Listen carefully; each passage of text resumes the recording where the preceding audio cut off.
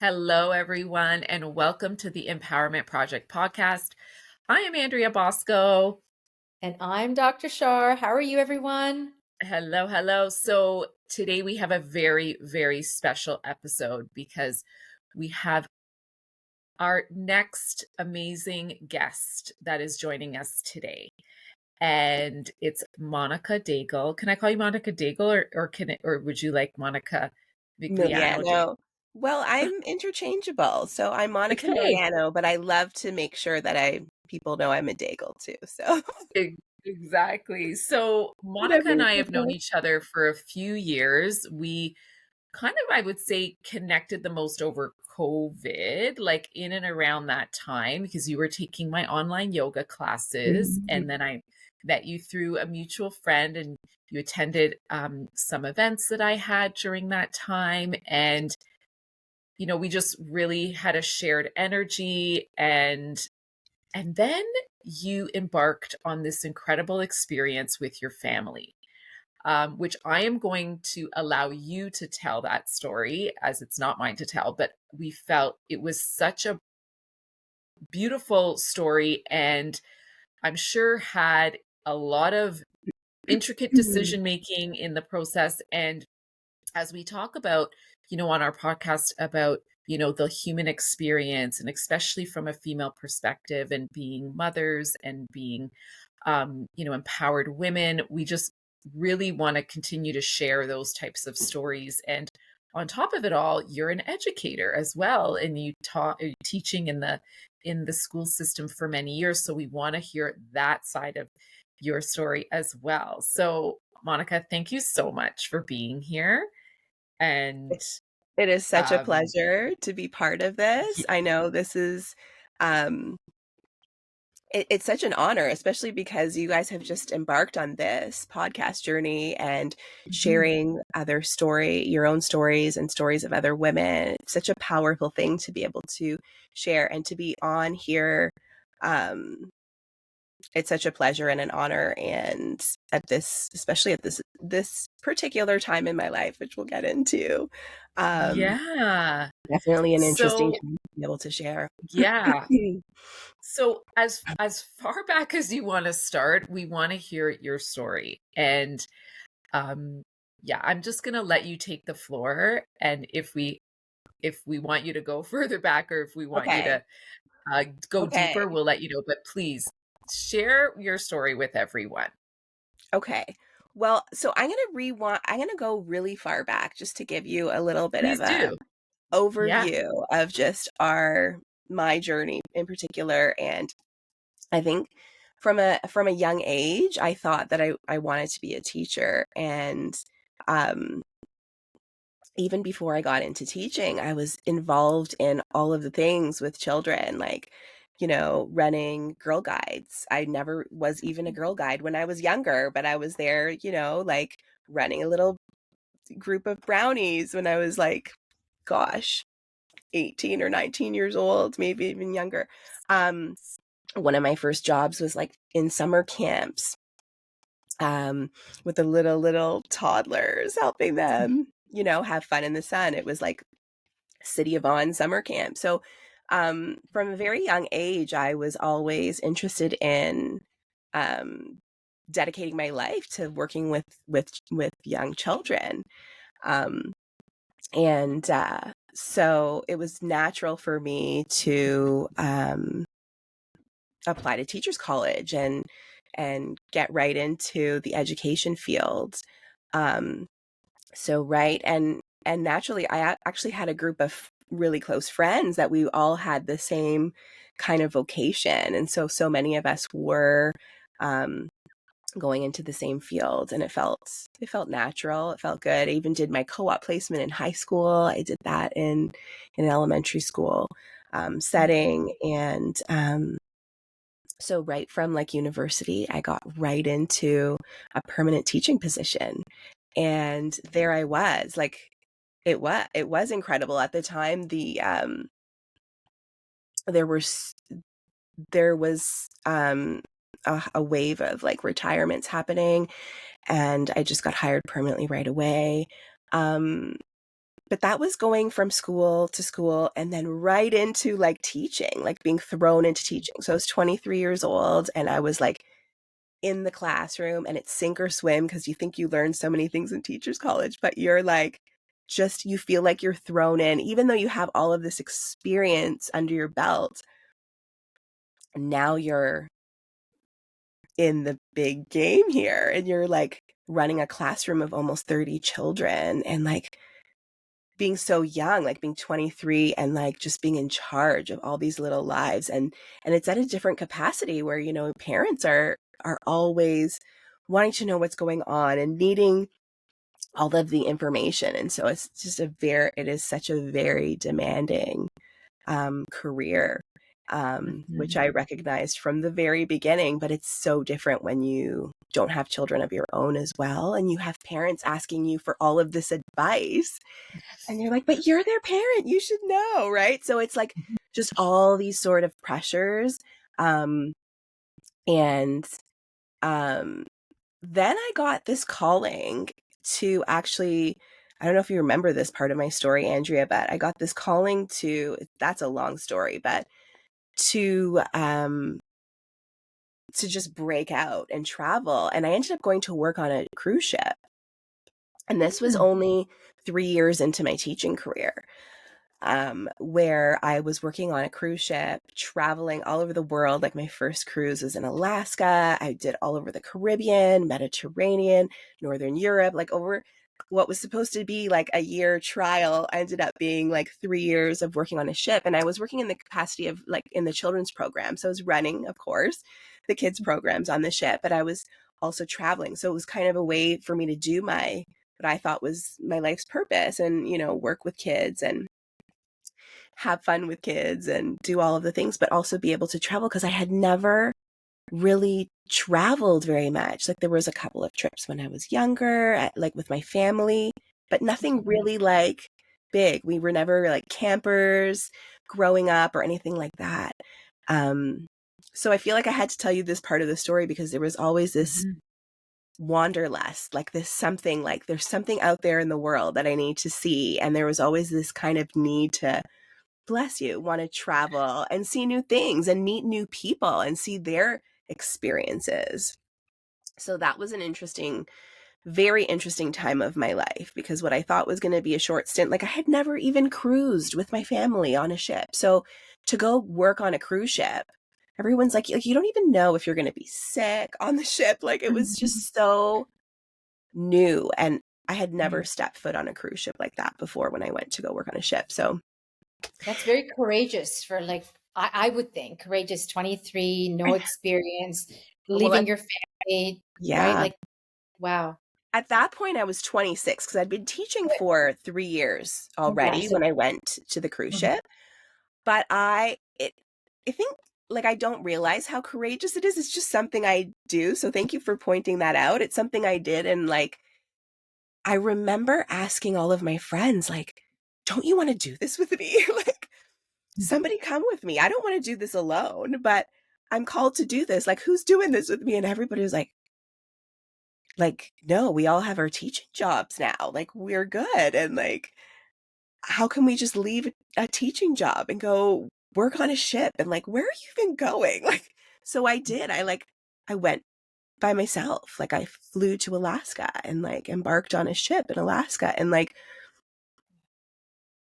yeah, it's for a woman in her 20s. Like at that time, I think now you see, so our horizons are broadened when you see so many women on, you know, Instagram who are like solo travelers or out there traveling. And for me, I had known nobody who had done that at the time. We're talking about like over 20 years ago. So it was a wild adventure considering all of that. And so that's where I met my husband about a year into my cruise ship day. So he was working on the ship too? So he was working on the cruise ship.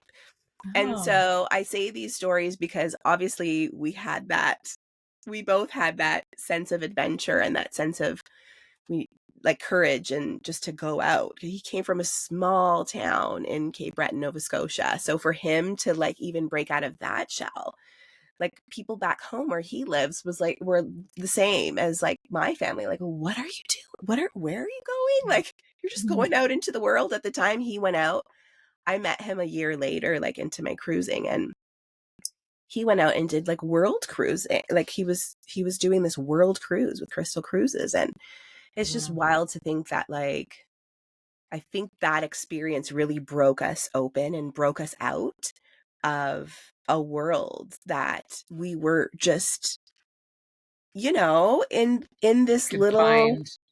Yeah. of this is what we know and this is what's normal. And then you open your eyes to what else is normal in that, you know, experience at a young age. Because I mean, the crew members on board represented 80 nationalities around the world. So it's not just that you're going to different countries and there's a different country outside your window every morning when you open that blind, but also the experience of working with people from Romania and people from the Philippines and people from Australia and Greece and all over the world. So you're really like in close quarters with just people from all over the world, and just hearing their experiences and your horizons just get broadened so much. So fast forward a little bit, after Jimmy and I met, we traveled for a while together, and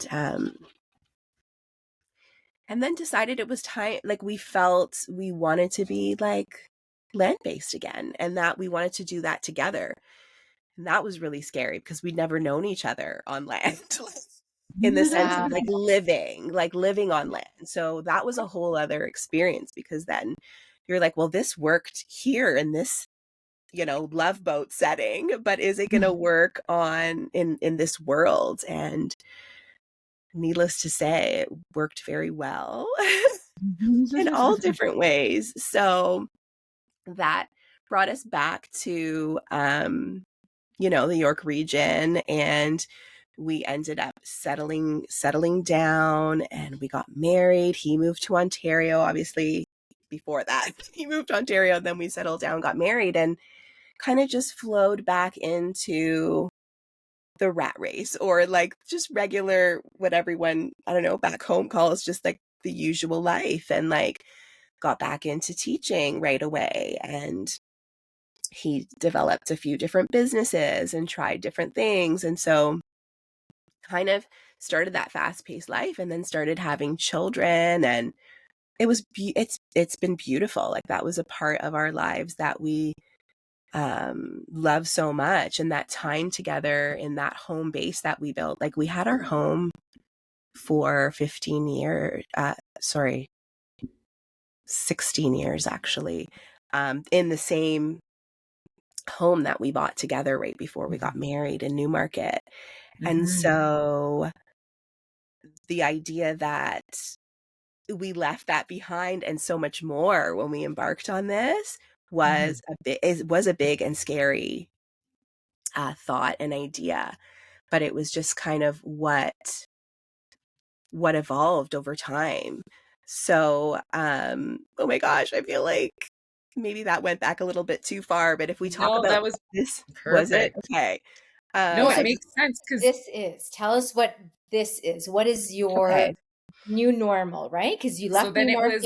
It was like 2020, right? When you guys decided, okay. So when we started talking about this kind of lifestyle, it was, which is what is talk about the lifestyle, like being able to travel full time with our kids and just wander around North America and show them things and experience life together.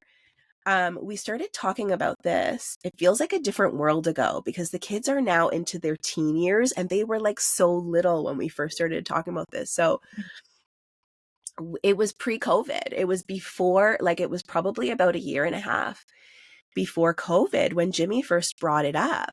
And so we had all those years together of like, you know, we had been married for already about 15 years. And so we had this like peaceful life in a home, but like peaceful, but also like busy, very busy with my career and raising kids. And he said, what do you think about traveling full time again, and like maybe like living in an RV? And I was like, what are you even saying right now? Like, what are you, we've never camped together. I love nature. You know me, Andrea. Like, I love being outdoors. I love nature. I'm always outside. But do I want to sleep out there and be in a tent or a sleeping bag? And I'm like, so you want to live in an RV and just like travel around Canada? And he's like, well, why not? And I actually thought he had gone crazy and that I'm like, you really just don't know who I am. I don't think you know me. So he let the dust settle a little bit. And then we started as a family. We started watching some full-time families that do this lifestyle, this adventure, like just live in an RV and just kind of make your own way and go where you want and have more time to be with your family. Yeah, YouTube's great for that. Yeah, exactly. So we found a lot of families that were doing it, and then it just became like the kids were really interested, like, oh, we could go see a place like this, or that would be kind of neat. I could do that. And we kind of started seeing ourselves in that kind of lifestyle. And it started making more and more sense to me. I started seeing his vision, and then COVID hit. And some people would be like, well, I guess we're never gonna, because so many people, we were all so scared. All of us were scared. And a lot of people were like, never going to be able to travel. I'm too scared to travel, even if I can travel. And so many things came up around travel or not being able to travel. But for us, it became more of an eye opener and a catalyst of the excuses we made, of like all the things that kind of we thought were preventing us from jumping into this lifestyle. Now, all of a sudden, we were like, we can learn from home. We can work from home. We can travel where we want and work from there. Like, it just all made more sense. Instead of like making us more fearful, it just opened up a whole new world and made so much sense. And then a lot of the things that happened during COVID that were so, for me as an educator, I think I still have, like, it's a big word to use and I don't want to use it loosely, but PTSD around like what that looked like in the school and having to see my students, coming in with masks and not seeing their full emotions, and like the same with my own children, sending them to school and like with all of this fear, with so many people feeling so fearful. Like there was just so much around that made us feel like it was an even better choice for our family to just build our own school, build our own life, build our own rules. Almost, yeah, like our own. I think reality is like what you make it to be. And we realized that very quickly in this lifestyle.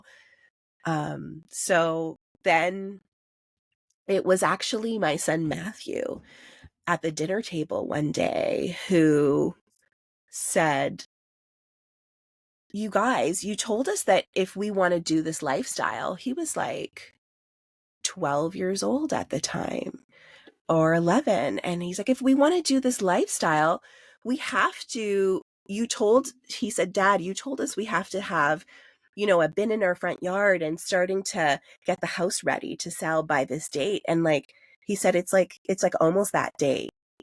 And so for Jimmy and I, we're the type of people that we're just flowing and like, not like, we have these grand ideas, but we weren't putting it like into a solid plan. And when he said that, we looked at each other and we were like, oh yeah, that dream. And it's like, I guess we have to clean up the house and get it ready to sell if we want that dream to happen. It was like this big aha moment of like, our kids were so involved in this idea too. And that's when it really became like a full, like anything you think of in your mind can be possible. And the moment you write it down or actually see it for yourself or vision it or write down specific, like that's when it starts to move into actual reality. And so our kids actually helped that happen, which is so wild for us. And then fast forward, sold the house. Like the house was closing on my last day of school, on the kids' last day of school. Our RV was like coming to us. We didn't have a truck because trucks were so hard to get at the time, and our truck didn't arrive. But it was like this explosion of things. It was so chaotic the way it all unfolded in that moment. But I think it was a What year necessary was chaos. So this what was year was Monica? 2022. 2020. Okay. We're coming up to our 3-year RV anniversary. At the end of June will be the official 3 years. So, and again, we thought maybe we'll do this for a year and see how the kids feel. We told our kids and ourselves, like, let's give it a year, because you can't really do it. You can't do something like that for a short period of time and think that you're going to really fully know how it feels to live this life. So we said we have to give ourselves a year. After that year, anything's possible. If you're unhappy, if anyone's unhappy, we're going to revisit what we want to do and where we want to be and how we want to live. So yeah, now we're going into year 3 soon. 3. So So now, where so did you you, start as your an adventure? educator, Okay. yeah, I was gonna say, as where an did you educator, start you your just, sorry, we're talking at the same time, Shar. Go ahead. I was just gonna say, with where did you start your adventure? And where are you now? Because over the last 3 years, that's a lot of traveling that you can do. Mm-hmm. It is so much traveling. We actually stayed, we had friends that were actually camping that first like Canada Day weekend when we moved into the RV. They camp every Canada Day. And so they had said, like, you're doing this crazy thing. Why don't you come up to Sauble Beach for that first period of time? So it was wild because it was my son's friends and their families that were in Sauble Beach. So we went up to Sauble. It was just like a short little thing to see how this is going to be and be around friends, which was beautiful. And thankfully we didn't go too far because we got there and it was pitch black because everything went wrong. But then something in the truck like exploded in the engine. It was a brand new truck. So it was just nice that our first part of the adventure was staying closer to home because we really needed to get to know like what was really going on. We had never owned a trailer.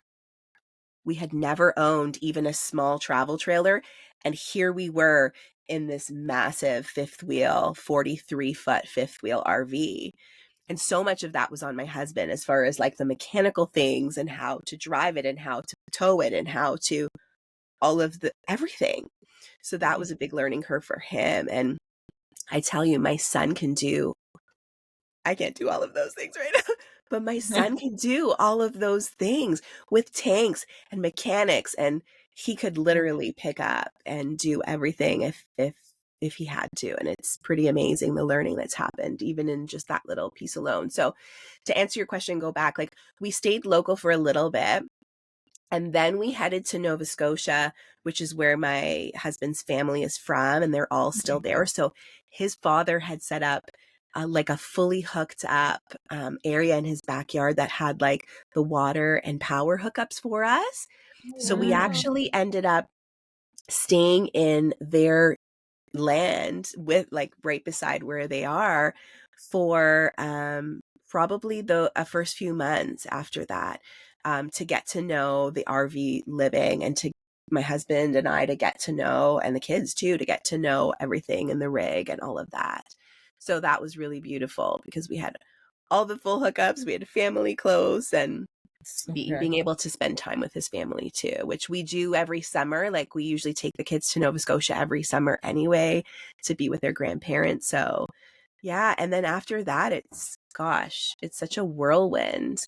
We usually spend 6 months in Canada and 6 months in the United States. So right now we are in Arizona and we're close to Sedona, in a town called Camp Verde, Arizona. And this is the longest place we've stayed in the United States in this 3-year run, because we've done a lot of moving, but we've been here for almost 4 months because we just wanted to. This year, we felt like we needed to ground a little bit more, find places that we like to be in, and just get grounded and feel like what it's really like to live in that place. So Sedona sounds like the most perfect place to do it. Sedona is a magical place. The energies, you have to be prepared for very intense and wild energies here, in the sense of like, it's just such a high vibrational place, for And so, sure. how are your kids doing with respect to school? Like, have you taken them out? Are they doing it online? Are they being homeschooled? Hmm. So we call it world schooling. Mhm, We call it world schooling because well, the first year was kind of an explosion. Like, our learning was a lot of like life learning and meeting people and figuring out this life, and so it was less pencil and paper that first year and more of just like all of the experiences. And also that first year, we didn't know how long the kids would last and we would last. So it was almost like, we have a year. We should do all of these places. So we moved very quickly in that mhm, first year. So that takes a toll on you energetically, like physically and emotionally, when you're moving from place to place and getting to know. It sounds all very exciting and it is so beautiful, mhm, but it is very exhausting because you get to a new spot. Picture like you get to bring your home with you. So you're sleeping in your own bed and you have your own kitchen and bathroom, but like you don't know really what's around you and who's around you. Mhm. So I need to get groceries. Where do I go? Like all of the things that you're so comfortable at home with, in the space you've lived in for so long, like everywhere you go, it's so very new and everybody you meet is so new. So that first year was just very high energy physically and like also draining because you're just mhm, moving so much. So we did a lot of we went to a lot of different states and a lot of different provinces in that year. So for that reason, that first year was more of like a world schooling where we're learning by going to national parks and experiences we had of like our bike rack collapsing in the highway in the middle of the I-75 in Florida, like just like so many different wild and amazing experiences, and through the people we met as well. Um, Now our schooling looks a little different. The kids are a little bit older, so they have like a specific math program that they do online. Mhm. Um, and then a lot of the things uh, outside of that are, if you could picture like when I taught kindergarten and it was like it became play based where the kids are kind of motivated by their interests and what Mhm. really fires them up.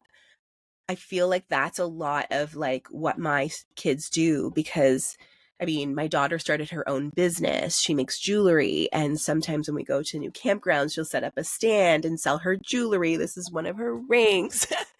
um, and so at such a young, like she's 13 now, but she started this when a couple of years ago. So she was 11, and like doing the book work with her, like these are like real life math lessons for her, showing her that, yes, my dear, you did this great. You sold all these bracelets at this market, but guess what? You haven't broken a profit yet because you've spent all of this money at Hobby Lobby. And so like balancing the books with her and doing like real life things with our kids. Like mhm, my son has become an avid fisherman. He is Mhm. like knows all things fishing, and like he was in the Florida Keys catching shark, my friends. Like Oh, catching wow. shark, like catch and release. yeah. Mhm. It was hard for me. It was hard for me to handle the fishing thing because like I'm trying to teach them to take care of all the animals, but it's always catch and release. And like just he's fished in now various provinces and states and like learning so much about like fishing in saltwater and fishing in freshwater, and like he has learned how to use our drone and he's learning how to edit videos, drone videos, and he's thinking of himself as a future entrepreneur. Like, I can make videos for companies, I can make videos for RV parks, I can. So there's just so many things that they're going with their particular interest, things that I'm sure your kids do and want to do. And so many kids do, but I find because they're in school for such a long day and then in programs afterwards, like they just don't always get to feeling through what it is that they really are passionate about. So I think that has happened for me in this travel journey, but it's also happened for my children. My poor husband has had to work to like sponsor this whole adventure. So unfortunately, no, he is the epitome of like always thinking of new ideas and things. So we all have our dreams and we all have our things that we focus on and we're just growing with. And it's just incredible to see how much they've grown through all of these experiences. You know, Shar and I were talking about this today, and we're probably going to do a full episode on it, the topic in general, but I'm curious to know how your kids navigate through the social media and the smartphone epidemic. I would say that's there with our children. And I mean, it could be completely off of what I'm imagining, but I just think this world that you're creating for them through like exploration and getting out there, and you're in these beautiful settings that allow you to do that versus, you know, being in a classroom for 10 months out of the year.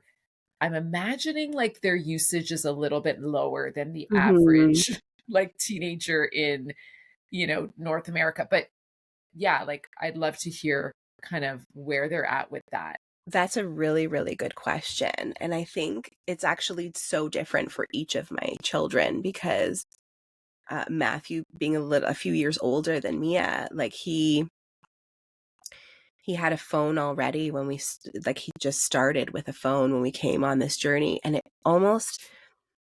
it's always a blessing and a curse, isn't it? For all of us, even adults. Absolutely. Excuse me, but in a lot of ways, it's been a blessing because he was able to stay in contact with his closest friends that he had back home. So when we go back to Ontario, he still has this connection with he has a handful of like good friends and they were able to stay in touch through that. And it's interesting because even where we are right now in Camp Verde, he met a friend who's his age here a few years ago when we were passing through, and we were here for a shorter amount of time. But he connected with a boy who ended up staying here because his father's work camping here, and their family ended up staying on this resort. His dad's working. And when his friend found out he was coming back here, like they had stayed connected even through gaming, like they would be on Fortnite together, and like they kept this connection. And when Matthew came, it was just such a warm welcome. He had this friend here already who's living here, and his friend couldn't wait. He's been waiting 2 years to see him again. Like, so it was this incredible. And now they're kind of inseparable. Like they're always together and hanging out and doing things. So, you know, there's always positive and negatives about everything. I do think like with my daughter, I feel so grateful because she was coming into that time where that would have become such a crucial and important part of her life and friendships, because everyone else would have been starting to do that. But she didn't have a need and we didn't really want her to be in that, and she didn't push for it at the time that we left. So I almost feel like it was the absolute perfect time that we went on this adventure, because it was like, you know, right before the girls start getting catty and all hormonal, right? Like, and just right before that time where that phone was even anything of importance to her. And so she doesn't really, I mean, she's looking at her cooking videos and all kinds of things on it. All the kids do use it for one reason or another, but definitely this lifestyle lens for it to not be with them more of the time. Yeah. It's a little bit of a controlled, I guess, in a way. Mm-hmm. There's so much. But it's not perfect. Like my son has it with Yeah, him all of the time, and of he's still, course. especially now that there's girls involved in the situation, and we've got, girlfriends in He's every 16 part now. of the world. He I just know. turned 16. He just turned He just 16. turned Wow. 16. So, Yeah, but so that's good, yeah, right? it's Like that's part of I'm socializing. yeah, I'm trying to keep the positive in it, but know that it's not a perfect life, and it's not No. perfect in the sense of we still argue with him that it's time to power that off, that like you've had your quota.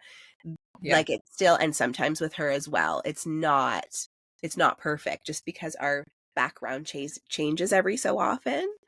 And that's Hmm. another thing I wanted to say, is a lot of people, on social media or even friends from back home will sometimes be like, "Oh, you're still on your adventure. You're still on your like 3-year vacation." And it kind of takes me aback because I know Hmm. what I've been through in these years, and obviously they don't. And Instagram doesn't show all of the things. It shows you all the tiny little great squares. And um my response to that is usually like, this is a life that we chose to create. It is by no means easy or simple.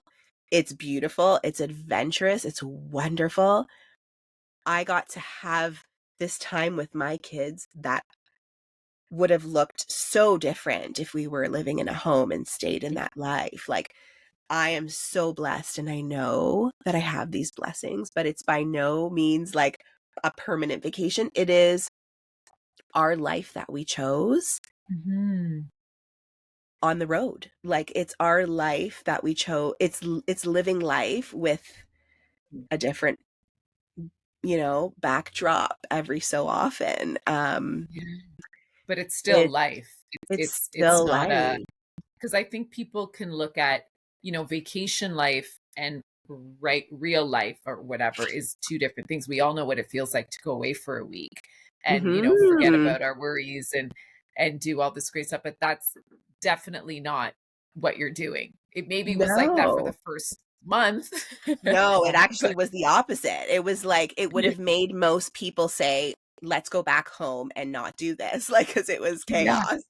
It's Okay. so much Yeah. chaos at the beginning, getting to know everything. Wow. But, I think just spinning off of that, like, um, even like, I wanna tell people, like, I'm cooking and I'm cleaning and I'm doing my laundry. I'm, like, doing all the motherly things that you're doing too. Um, and as a matter of fact, like, we we cook in our home, I think, more than the average person that lives in a home. Like, people think just because we're always on the move, like, we're probably, like, always eating out, and I just don't like eating out very much, so we're just always cooking at home. And that brings us to another topic with the kids of their learning is, like, they've learned these life skills that they've had time to learn. Like, Matthew will wake up in the morning and cook breakfast for his family, without Mm. even being asked, or like, if he just wants to do that, he does it, and he does it very often. Like, and Mia's always creating new dishes in the kitchen. Like, she's always trying new things and doesn't have a fear of trying new things in the kitchen, because she just sees something and she wants to do it and she does it. And like, I think those life skills too, like, how many adults do we know, friends, that like just don't know what to do in the kitchen? Like, just Yeah. don't know because they haven't They've had to. never learned it. Yeah. Mhm. Even my kids, like they're getting there, but not even close. Not even close. But Yeah. I mean, it's all like, I remember getting married and not knowing what to do because my mom Yeah. just didn't like me being in the kitchen.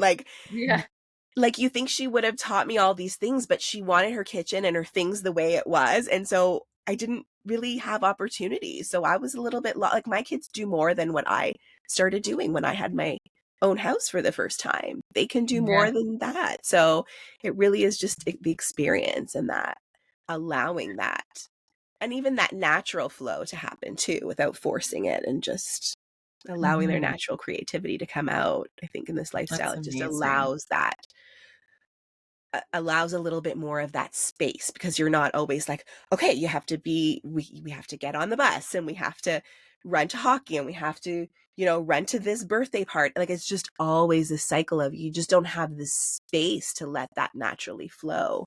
So, Yeah, that's amazing. mhm. So then tell us what's happening with your teaching career, if you don't mind sharing. So I don't what mind happened sharing.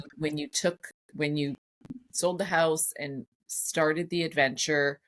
Where were you then, and where are you now with it? It was kind of a repeat. That's such a good question. It was kind of a repeat of what happened when I went to work on the cruise ship. It was like almost like a full Ah, circle. Wow. I took a leave of absence from a teaching position yep. when I went to go work on the cruise ship and when I embarked on this journey with my family. And maybe in hindsight, this time around, and at this point in my life, maybe I knew that eventually I would let that go. But in a teaching position, especially in Canada, where like you are thinking, oh my gosh, my benefits are so good, my pension is so good, my salary is so good, like all of these things, and also like this is who I am, this is me, I'm a teacher, but also this is who I want to be, because it's the vocation that I feel like I've wanted to dedicate my heart and soul to for all of these years. There's so many aspects of it that like you want to cling on to and just not let go. And so it was an unpaid leave of absence for the year. And when the second year came up, I was like, I was a year out, physically out of it. And I'm sort of emotionally out of it. You're never emotionally out of it. You're always a teacher. But even after that year, I was like, no, I can't let it go. I can't. So I applied for a second year unpaid leave of absence. And they granted the unpaid leave again for the second year. And I still felt these invisible like strings attaching me to this previous life and this version of me that was just me for so long. I still felt like I don't want to let students down. Like this is what I should be doing. Like this is also like how I've provided for my family for so many years. And also I spent so many years trying to achieve my dream job in the school board. And then when COVID hit, I got my dream job. Which was so hard to have for a person of, I would say, my age, because like I got my teacher librarian position that everyone said, like, why are you applying for that? You're not going to get, like, maybe people didn't say it out loud, but I just knew people were like people retire in those positions. No one leaves them. They're so few and far between in the school board. Most school boards don't even have them anymore.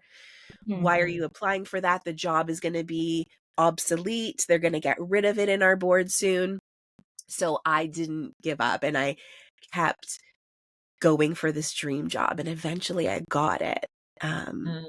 I got that teacher librarian position. So the last few years of my teaching career, I was in that role and it was beautiful, but it was also COVID. And so it wasn't what it was supposed to be. Like for the first year, for most of the first year, I couldn't even allow children to come into my library.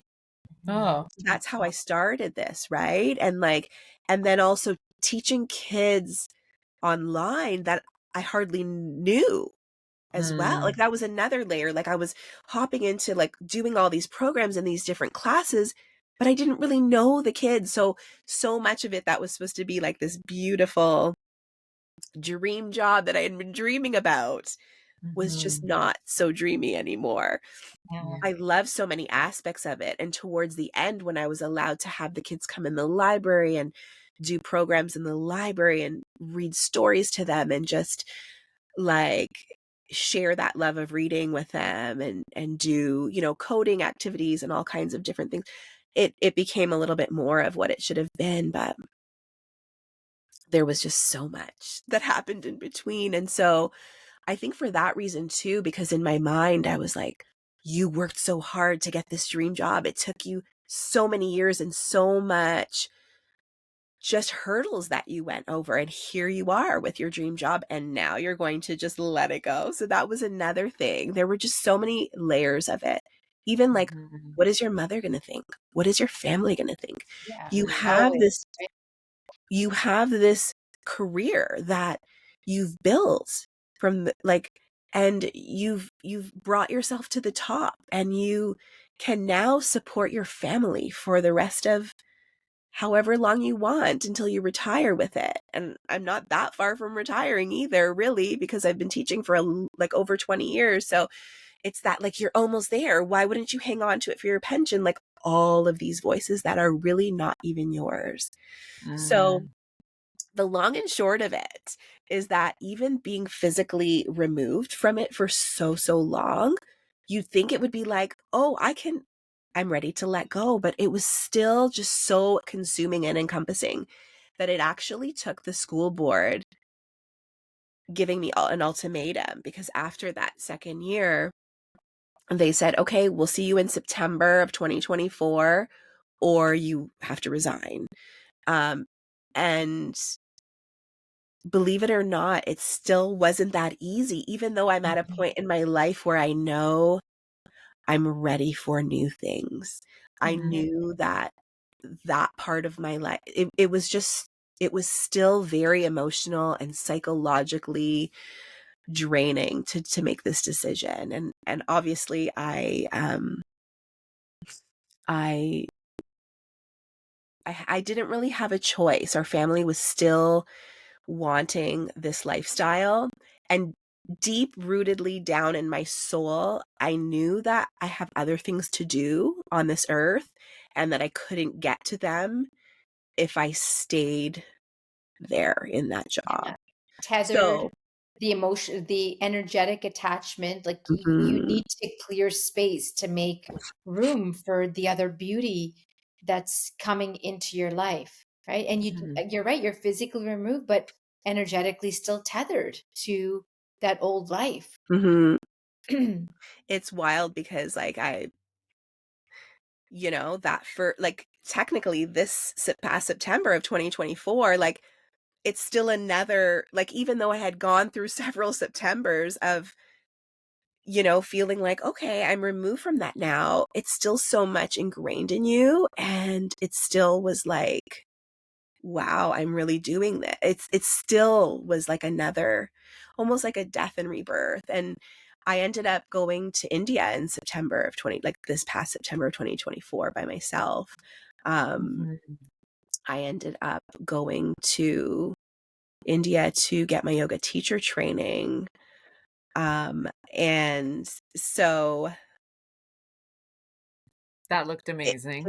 it just needed, all of this needed to happen the way that it did. And yeah, I never could have imagined that I never had an idea of even going to India before the idea came. And it was just like, it's just the motherland of yoga that I have to go to and do this. Yeah. So, And so, do you mind talking a little bit about I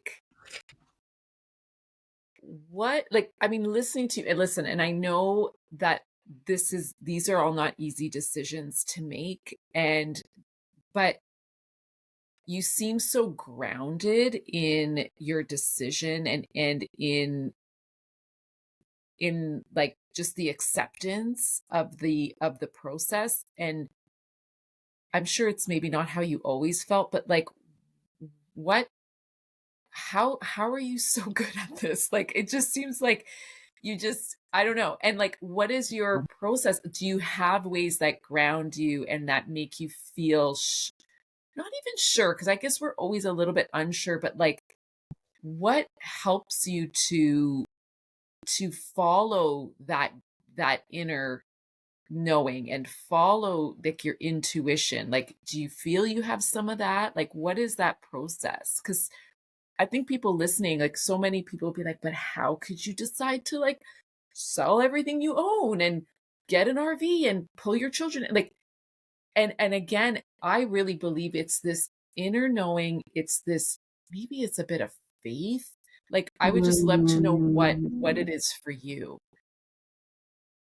Knowing that it's not an easy thing. I'm not trying to like make it sound like, oh, I don't Yeah. care. It's And this idea, like, and I love what you said about what are other people going to think? Because I think a lot of us fear that judgment and fear that letting down of people that are relying on us and that, want to see us in this sort of cookie cutter world. And so that also holds us back. So that plays a lot into, deciding to do things or not do things. So I would love to know kind of, do you have a process, or was there multiple sort of layers to it?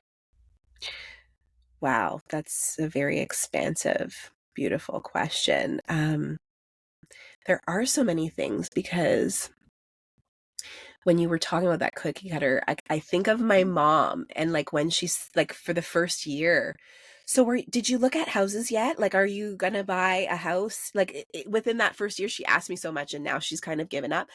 But but what it is when you start recognizing that that's my mother, and she just wants me to be safe, and she wants me here in, I don't know, York region, and like in a home, because that's her definition of like safety and security. Like, our parents were immigrants parents, and like they came here for a better life, and that's security, and home to them is like this brick and mortar house where they feel safe, and like, they build this life of material things that make them feel like they're, not that my mom's materialistic, but like, that just makes them feel like this is what we're supposed to do. And so you have this reality of like, this is what you have to do. And so I try to keep it into like perspective of like, she just wants the best, and she wants me to be safe. And it's hard. It's hard to know that your child is like all over the place. And it's really people's fears that are coming out. And when you recognize that it's like, it's their fears, and that's okay. And like, just not to let them project that onto your decisions is like the main thing that you have to consider. I love that you said you just look like you're grounded, and you just know, and I don't know. And that's the thing. Like, and it's the same in my teaching career. Like, people would walk into my classroom and be like, I just want my kids in your class because you're so peaceful, and you're always so grounded, and so like zen, and creating this environment. And that's something I've always strived to create for people. But you don't know what's happening in here, that I need to create this space for my students and my children, because inside there's actually a lot of turmoil and a lot of trauma that has been healing over time. But people see like this grounded, I don't think anybody really has it perfectly under control, although it may look like that, and I might exude that. Right now I'm going through like another dark night of the soul, so to speak. I feel like another rebirth is happening right now, and it's been these constant like soul searching and rebirths on this journey. I like, my closest people, I talk about this, that people think that this has been a travel journey for me and my family, but in essence the travel is like just is the bonus and part of how the soul journey was allowed to take place. And for me, it's been a tremendous soul journey, because when I let go of the teaching position, when I walked away from all of the noise and all of the constraints and all of the ideas of what the world thinks that I have to be, or what I put upon myself because of what I think the world thinks I should be. When I started moving around away from that, I started going inside to find who I really am and what do I really want, and what do I truly have to give. And I've had to go through a deep process of healing over the last few years to get there. And I feel like everybody in their life probably goes through this at different rates, at different times in their life, depending on what's going on in their life. But I think we don't, as mothers and as career women and as business owners, and like, you just sometimes don't have the time and space to do that. And I feel like stepping away from the world as we knew it allowed me to kind of figure things out. But it's never that I always just knew everything, or know that I feel like with the RV journey itself, we just, at the point where we all felt like this is something we have to do, when you get to that point, nothing will stop you. Not like all the bad things that happened at the beginning when we first moved on into the RV, and everything that could have possibly went wrong. Like, because our eye was on, like, but this is the lifestyle we're choosing right now.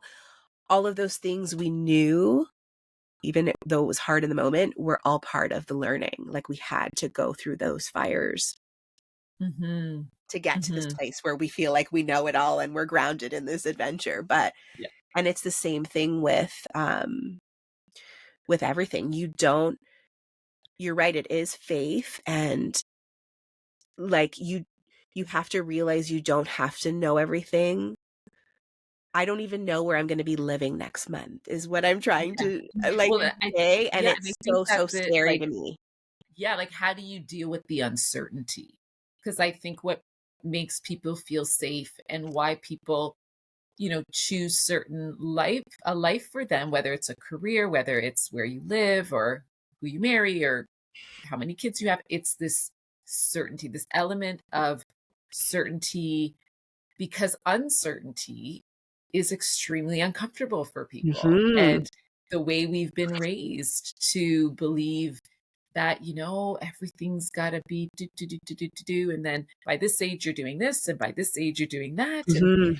And you said yourself, you could have been retired and on your teacher's pension by now, or in a few years, not by now, but in a few years. Mm-hmm. You got some time. But Mm-hmm. so just like, how do you live through the uncertainty of life? Yeah, there's so much discomfort in it, and so much fear that still exists in it. But I think because both Jimmy and I have allowed ourselves to go through life experiences where we put ourselves out there, with him, like, starting new businesses that people like thought were just so outlandish, or like so many different things, and even like going off to the cruise ship, and like, I think because we've sat in that in so many different times, and every time you do, you realize that it, although it feels so awful in those places sometimes, and it feels so dark, and you can feel so alone, even on this RV journey, there are times where I felt so lonely, and my kids, like, having to meet new people and say goodbye to people, then meet someone. Like, I remember my daughter saying, like, I don't even want to go talk to kids right now because I know I have to say goodbye to them next week, or like those kinds of things, like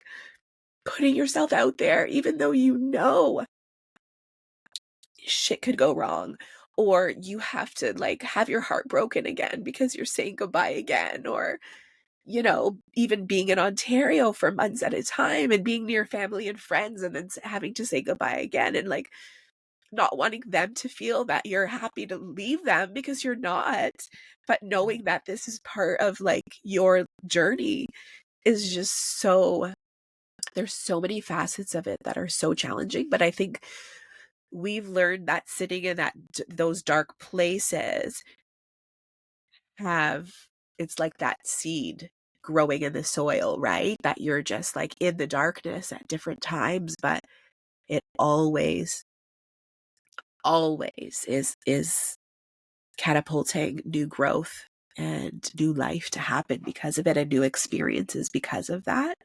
So, and also, like, Andrea, I don't know if you know this, but like, you're such a big part of my healing journey. I don't think you really truly understand like how, like, yoga has been a part of my life, like on and off, very just in bits and pieces. But after meeting you, and because of the consistency, excuse me, a little bit cold, because of the consistency that you were able to bring in the yoga with your online sessions, and even like, especially like live ones that you did like during COVID, like it was like a life saver to so many of us. Thank you. So many of us. I can't even, I don't even know how to thank you enough for what that meant to me and so many other people. Just not only to have that outlet when we were all locked in our homes, but also for me, I didn't even know that it was going to be such an integral part of my life and journey and healing. But it was because of the consistency that you were able to bring to my life in the yoga. Like, I don't know if you remember this, but when we were like a year into this, and you were going to stop your online because you were moving on to bigger things, I was like holding on to, I'm like, are you sure you want to stop this? Because I'll keep paying you, even if you just want to give me like the recycled videos. Just like, I was so desperate. And I know, and needed I you. still think of that. I'm like, oh, I I feel was bad for I was holding on to you for dear life. But in you releasing that because you had bigger things to move on to, it was a realization to me of how important it is in my life, and that I didn't need to get it from out there, that it was inside of me. And so thank you for letting that go, because even though I was begging you to like keep your program going, because for me, like, I completely understood, like, you were moving on to other things, and it was, everything was in person again, but I wasn't. I needed something consistent on the road that I could like log in and see Andrea, or log in and see Michaela, and my friends would be there. My friends would be there doing yoga with me, and it was part of that grounding, because we were moving so fast that first year, and the yoga was like what was grounding me into myself. And so I needed it so much, but what I didn't know at the time was like I had that inside of me, and you helped me by releasing it at the perfect time. Like, So I beautiful. was, yeah. Thank you for saying that. So Thank you thank so much you. for saying that. And I know I've watched you move into the the exploration of more yoga and different teachers, and then seeing you take your teacher training in India, of all places, has been incredible. And I think, like, from what I hear you saying, it's this real building of resilience, right? And how we don't learn resilience by everything being certain all the time, and everything maybe quote unquote, planned out or working out or whatever it is. And it's the resilience is truly built when we're facing adversity, and when we have to make decisions that are hard. And I truly think, like, the gift that you're giving your children in this lesson is massive. And I mean, again, Shar and I were talking about this today, that, as Gen Xers raising like Gen Zs, like, we are definitely much more emotionally involved in our children's lives. Let's face it, compared to the way our parents were. We love our parents, but in comparison. So we're much more emotionally attached.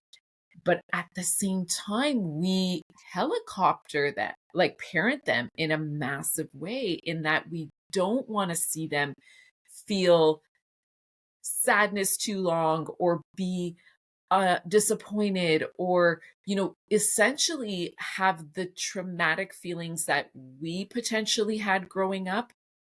And so therefore we really shelter them and protect them. And so, but I think what you guys are doing for your children, and even like the vulnerability that I'm sure you share, in the sense of like, guys, we don't really know where we're going to be next month, but hang in there, and we're with you. Like, we're doing this together. And I think it is such a beautiful thing that you're doing for your children, because I don't think a lot of us even have the opportunity to teach resilience in this way, or even want to teach our children resilience in this way, because we just want them to have this super protective, cushioned, experience of life, something that we didn't have, right?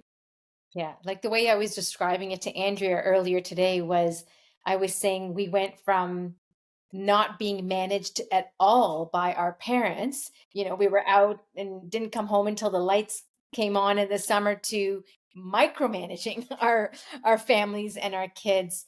Um, but I think one of the things, Monica, that has allowed you to do what you're doing and has allowed you to, I'm going to say, thrive on your journey, even though it doesn't feel like you're thriving when you're in those dark moments, is that you're open. Like, you're open to receiving whatever it is that your soul requires for that cleansing process. And I mean, I know, and I can say that like with such sureness, because I know Andrea and I have gone through our own journeys, and it is in those darkest moments where the most beauty emerges. And I think the most important thing is to make sure that you have support around you, whether it's your friends that you're, talking to, or someone that might be going on a similar journey, or a therapist, or whatever, whoever it is, whoever your people are, your travel partners are, just to help you realize that you're on the right track. Because I think I know that's what it is for Andrea and I. Even, Andrea and I have known each other for almost 10 years now, and we've gone through so many growth spurts with the business. And sometimes those growth spurts are like, we were like basically down in the ground, and we were like trying to climb out, or one of us was, and the other one was like, here, hang on, I'll pull you out. But her and I have been that support for one another.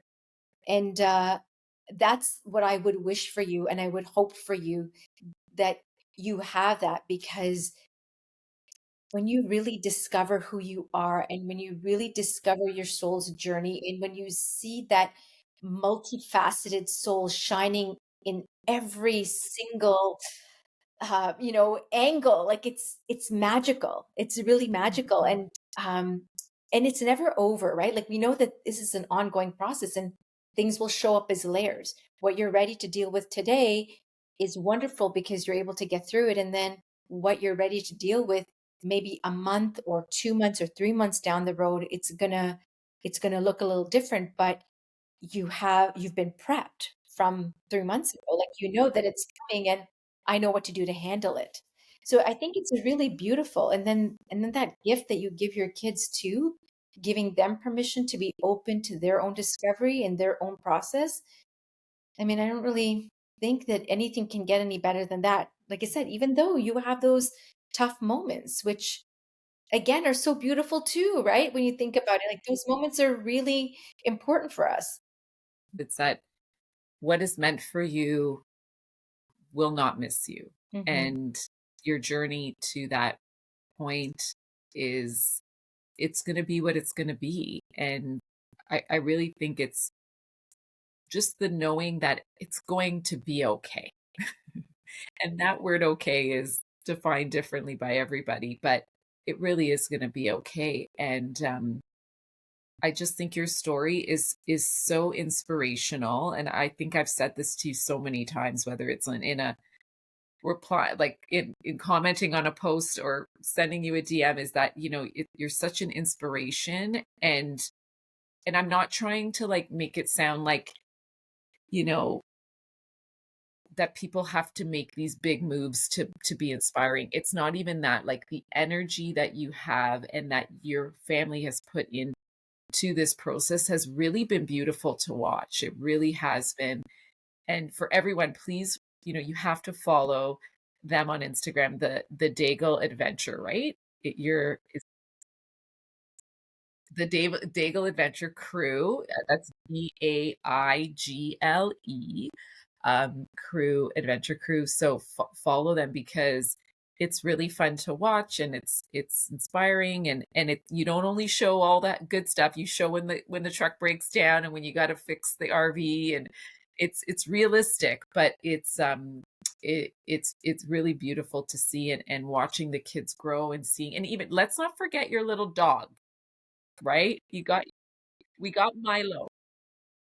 Yeah, Milo has his own channel, and he's there on the journey too. Exactly. So it's great. It's really great. Good. Okay, Thank you. great. Thank you. So thank you everyone for listening. We hope you enjoy this. Again, remember to like and follow the podcast so you get notified every week on Tuesdays when the episodes come out. And please follow Monica and her family at the Daigle Adventure Crew on Instagram.